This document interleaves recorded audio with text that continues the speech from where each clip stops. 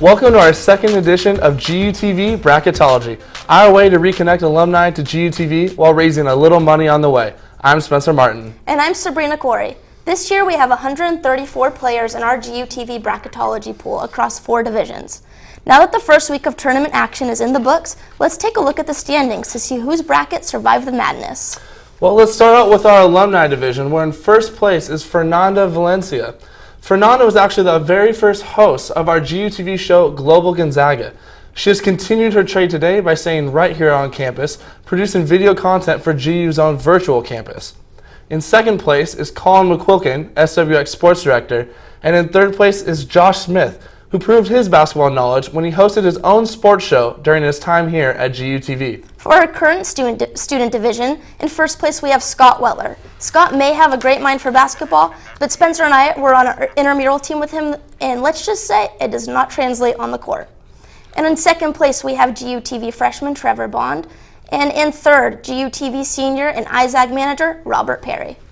Our third division is our Friends and Family division, where actually Professor Dan Garrity is surprisingly at the top. Since the beginning of bracketology, Professor Dan has always picked Gonzaga to win. This year, it might finally pay off for him. In second place is Kathy Mashew, and in third place is Scott's wife, Kelsey Weller. In first place for our pet division, we have Barkalow Garrity, and that does not surprise me at all since I've spent a lot of time with Barkalow, and that is one smart dog. I need to get some bracketology advice from him after the show. In second place, we have Sempran the dog. Looks like Semper knows his bracketology better than our own engineer, Josh Boshi. Simon the cat places in third from the Weller family. Well, I gotta tell you, the Weller family is all 3 members in the top 3, so Scott, Kelsey, and Simon, congratulations. After the first day of the tournament action, I was the only current student in the top 10, but unfortunately, I am now sitting in 59th place. But I will take an exciting tournament over a successful bracket any day of the week. Well, it was an exciting first week, and in fact, all this talk about basketball inspired me to test my own skills out on the court. Samantha Takizawa tagged along to catch all the action. This is Sabrina. Sabrina is 5'1". This is Shemek Karnowski. He is 7'1". Sabrina looks up to Shemek both literally and figuratively, but Sabrina does not live her life hindered by her height. She wants to play basketball, just like Shemek. Right, Sabrina? In basketball, running and carrying the ball is not allowed. Instead, we dribble the ball up and down the court. I want to dunk! Oh, no, wait, oh, well, alright then. Basketball is all about teamwork. As the saying goes, there is no I in team. There's an I in dunk! No, there's no I in dunk. Okay, you know, fine. You want to dunk? Go for it.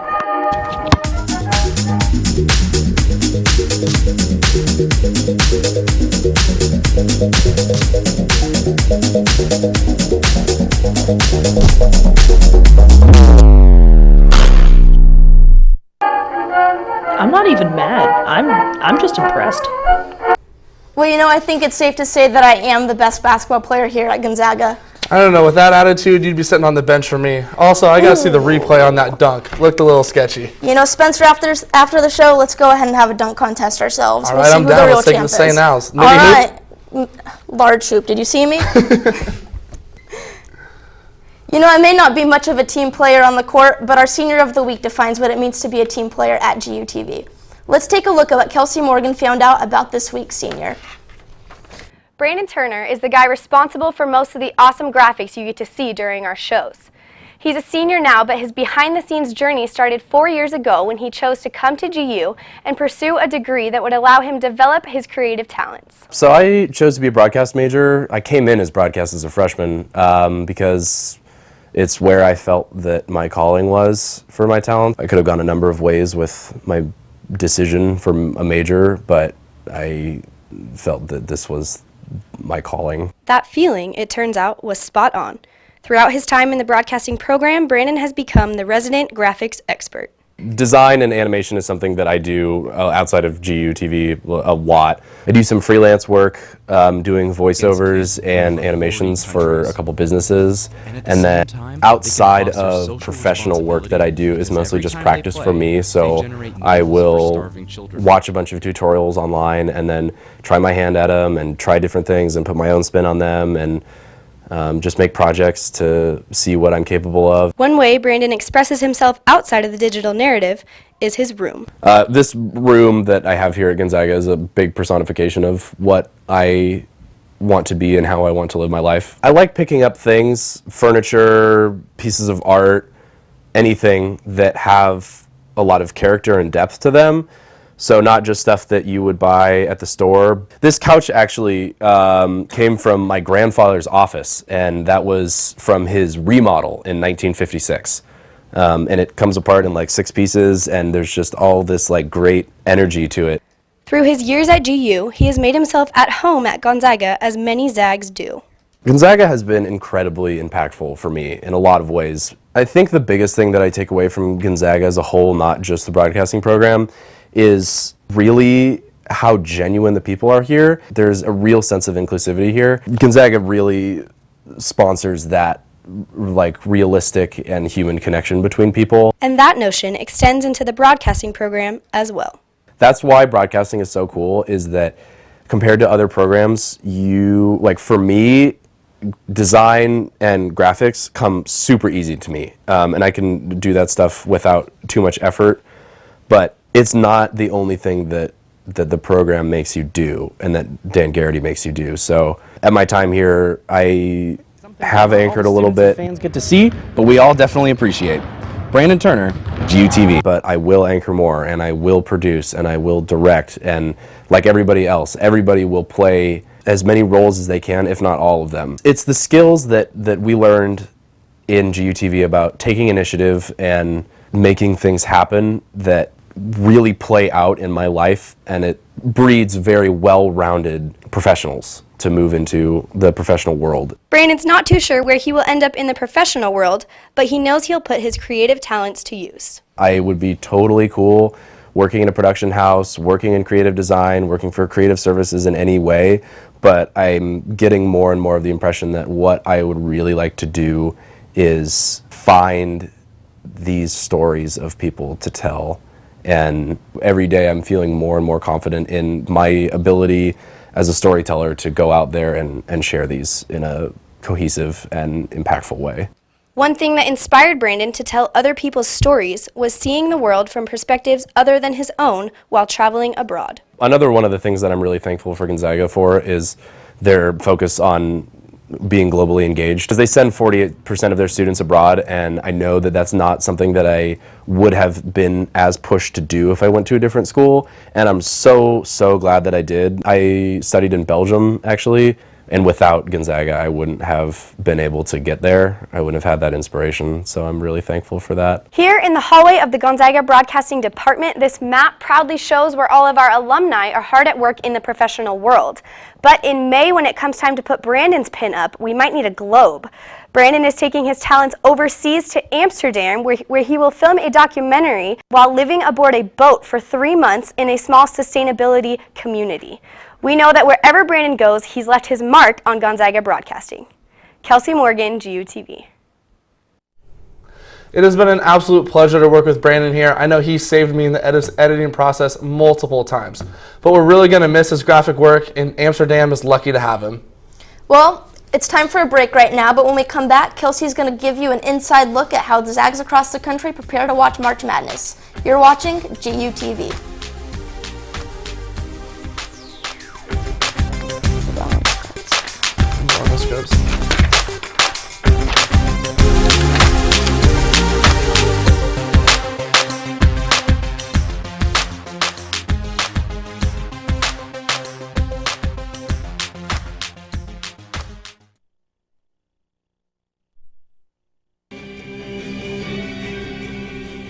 Hello and welcome to GUTV Bracketology, your destinations for all things March Madness. I'm Angelo St. Giacomo. And I'm Cohen Jenkins. For us here at GUTV, the madness starts...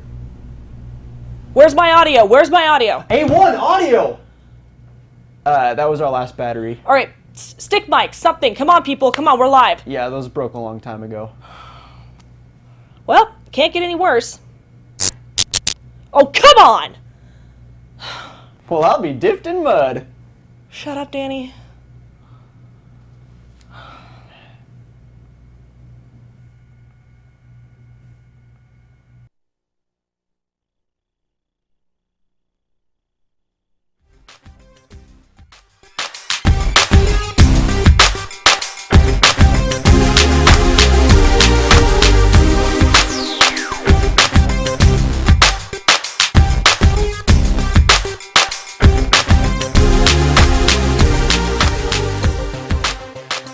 To GUTV's Bracketology. We're now going to send it over to Kelsey Morgan in the Tweet Suite. Kelsey, how do Zag alumni around the country prepare for March Madness? Yeah, Sabrina, we've had so much fun tracking all of our Zag alum and how they are getting ready to support the Zags in the tournament. But first, let's take a look at our own professor, Dan Garrity, and his trusty sidekick, Barkalow. Now, they did not leave their house all of our spring break because their eyes were glued to the TV watching the Zags and the tournament.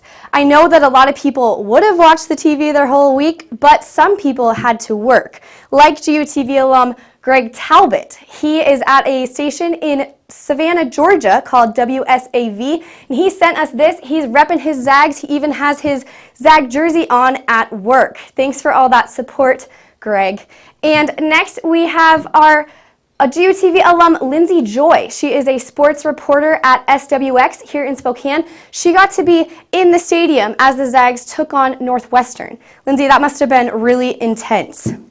Another alum that got to be at the tournament was Brett Albury. Now, Brett went through this broadcasting program so long ago that Dan Garrity didn't even teach him. He was a 1997 Gonzaga alum. He got to be at the tournament. He's a photographer for Creme. He was in the press conference.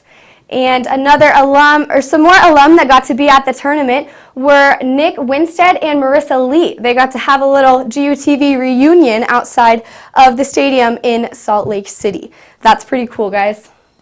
Next, we have Mike Harris. Now, Mike is an award-winning freelance sports photographer, but he set the bar pretty high with his donations as well. He has pledged to donate $50 to our Gonzaga broadcast department for every Zags basketball win. Now, he says he's hoping that we empty his pockets, and Mike, I'm not going to lie, we're hoping that happens too. Another alum that is supporting the Zags is Chris Sarabi. Now, Chris actually lives in Australia, so he sent us a piece about what it's like to be a Zag fan internationally. Let's take a look.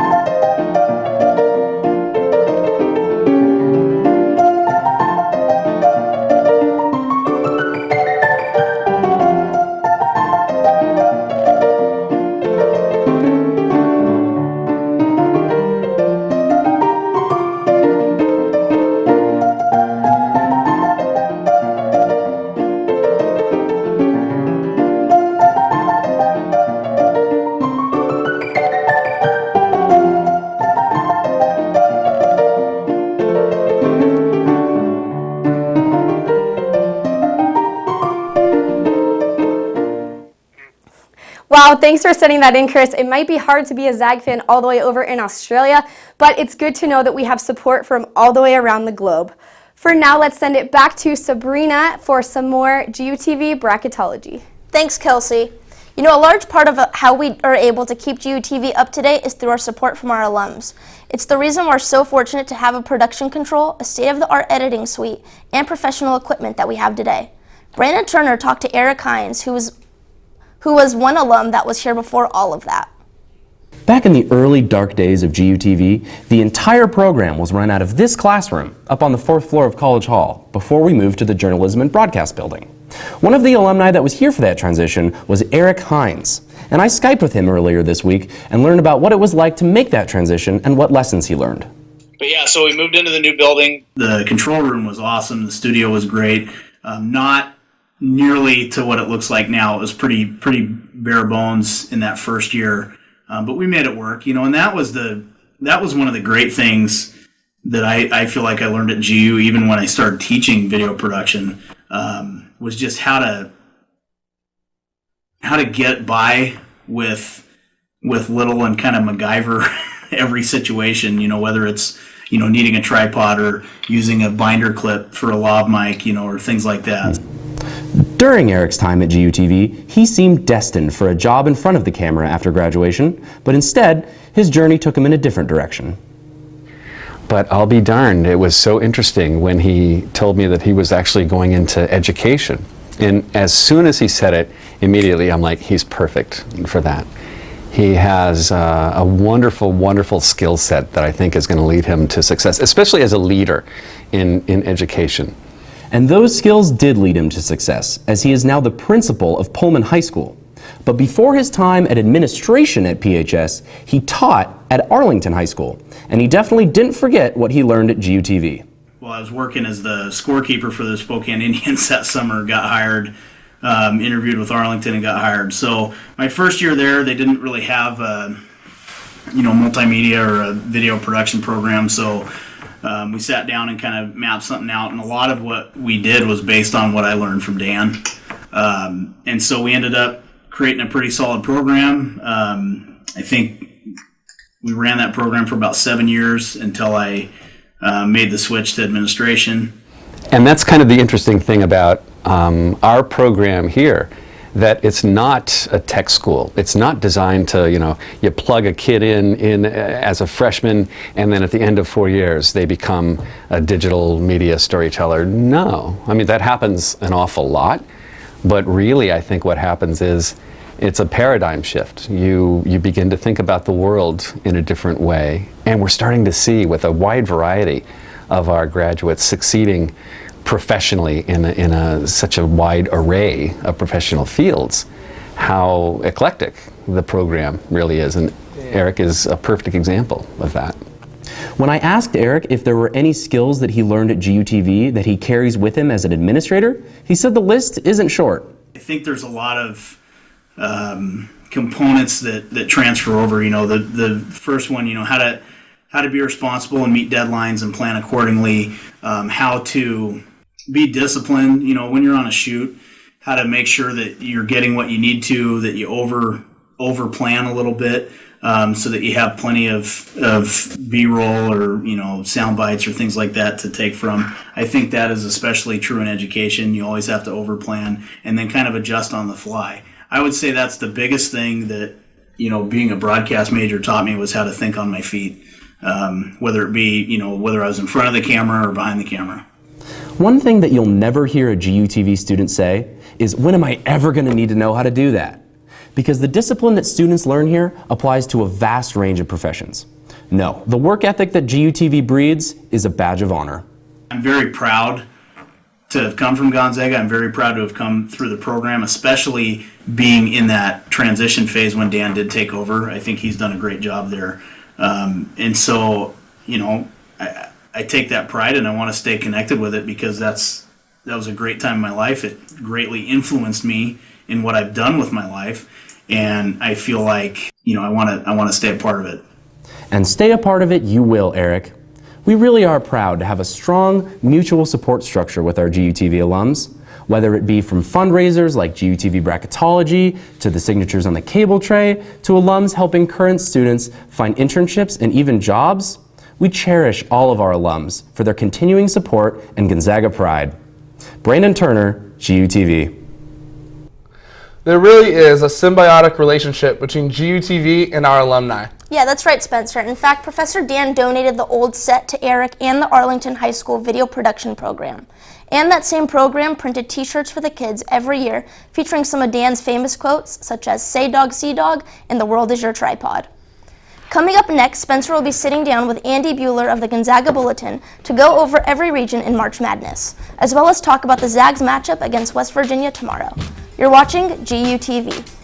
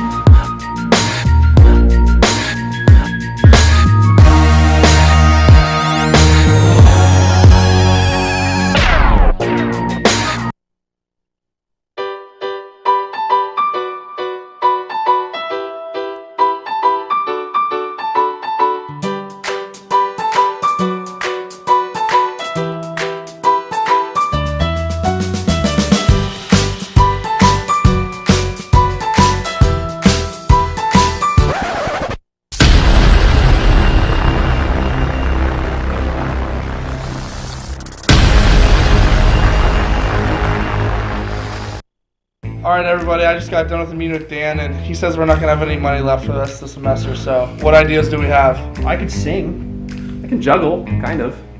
I can walk on my hands. I can hold my breath for a really long time. I can ride a bike in circles.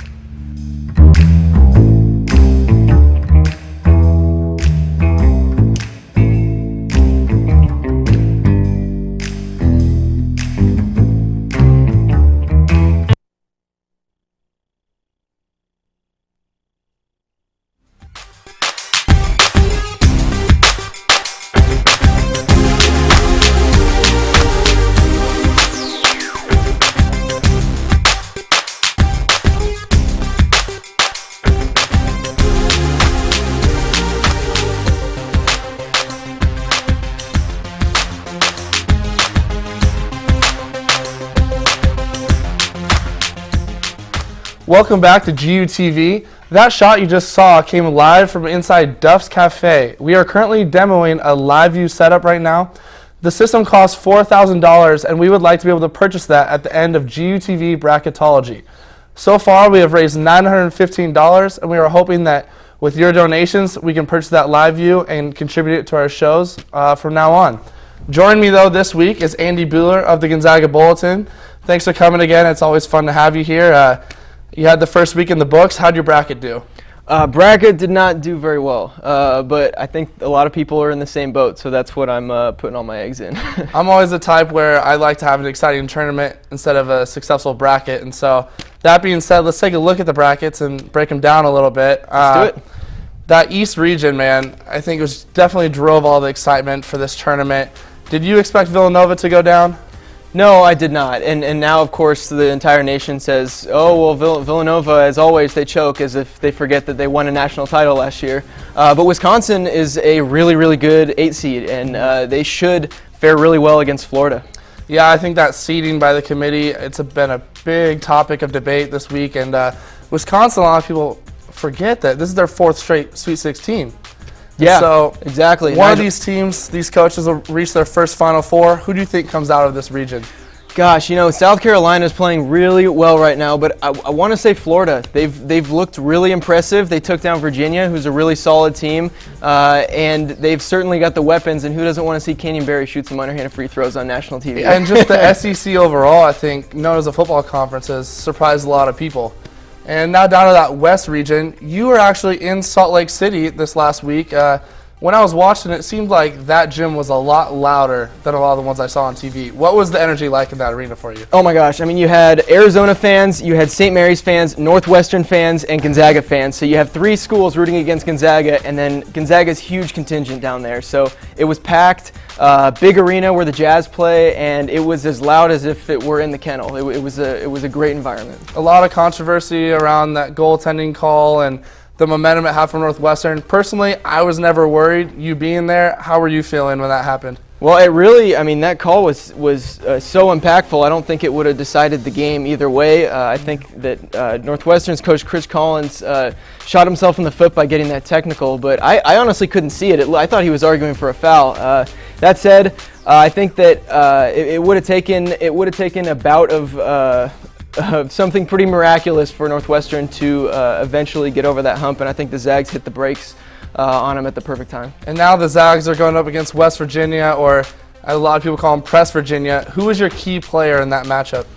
That's a good question. I think it's going to be Nigel Williams-Goss. I predict that he'll probably get thrown double teams all the time on him off the inbound and that press. How he responds, takes care of the ball, and distributes. The hardest thing when you're breaking through a press is to regain your composure once you get past half court and run some sort of offense. So Nigel's got the keys to the Ferrari, and it's in his hands. And those are good hands because him and Josh have only combined for 5 turnovers this tournament so far. Now to the Midwest, we got Kansas just hauling right through. Do you see anyone getting in their way? No, I don't. As much as I'd like to see Oregon in there, they're down their second best player, Chris Boucher. Purdue's got a great big in Caleb Swanigan. And Michigan is arguably the hottest team in the country right now after that plane crash. Has won 7 straight games. They've looked really, really good. Kansas is my national title pick. I don't think anyone gets past them. Yeah, I'm calling Michigan the team of destiny right now. After that all happened and they won the conference tournament, I had them going to the Sweet 16, and I know you may not want to hear it, but I have them beating Oregon too. I just don't think they can stop Wilson, no matter. I mean, Dylan Brooks though is probably the best player in the tournament. Yeah, it's tough to guard Oregon and kind of predict what they're going to do since they are playing such an unfamiliar lineup. It's hard to scout because without Boucher. But at the same time, I mean, you lock down Brooks, you lock down Tyler Dorsey, and you'll have a pretty good shot. And finally to the South region where you got the Battle of the Blue Bloods, probably the game of the week if you're not a Zag fan. UCLA and Kentucky got Lonzo Ball versus Malik Monk. The rematch. Who are you taking in this game, Monk or Ball? I think it's really hard to beat Kentucky in Rupp Arena. UCLA proved that they could do that, but it's hard to beat Kentucky twice in one season. I take Kentucky. I think that Lonzo Ball is going to be brilliant. I think Kentucky's got more firepower, and they're a better defensive team. And then the top of this bracket, you got North Carolina Butler. Butler all week is coming out in these press conferences saying that if you know our program, we're not an underdog. Do you think they can upset North Carolina? Well, I think if it was Gonzaga in that situation, everyone would probably be saying the same thing. At the same time, I think North Carolina is obviously among the best teams in the country, and they're going to be really hard to get past. Justin Jackson is an amazing player. North Carolina's a little banged up, but they should, I think, roll in this game. Well, Andy, it's hard not to be biased, but when we meet next time, do you think Gonzaga is going to be in their first Final Four? I think this is as good a shot as they've ever had. And to answer your question straight up, yes, I think they beat West Virginia. And I think if you beat West Virginia, and depending on how they look, they can beat anyone in the country. All right, well, thank you for joining me today. Also, thank you to our very own Evan Olson for creating these amazing graphics on our brackets this week. Andy, I could talk basketball with you all day, but that's all the time we have for the show tonight. Don't forget to tune in next week for the same episode for our 3rd installment of GUTV Bracketology. From all of us here, I'm Spencer Martin. Have a good night.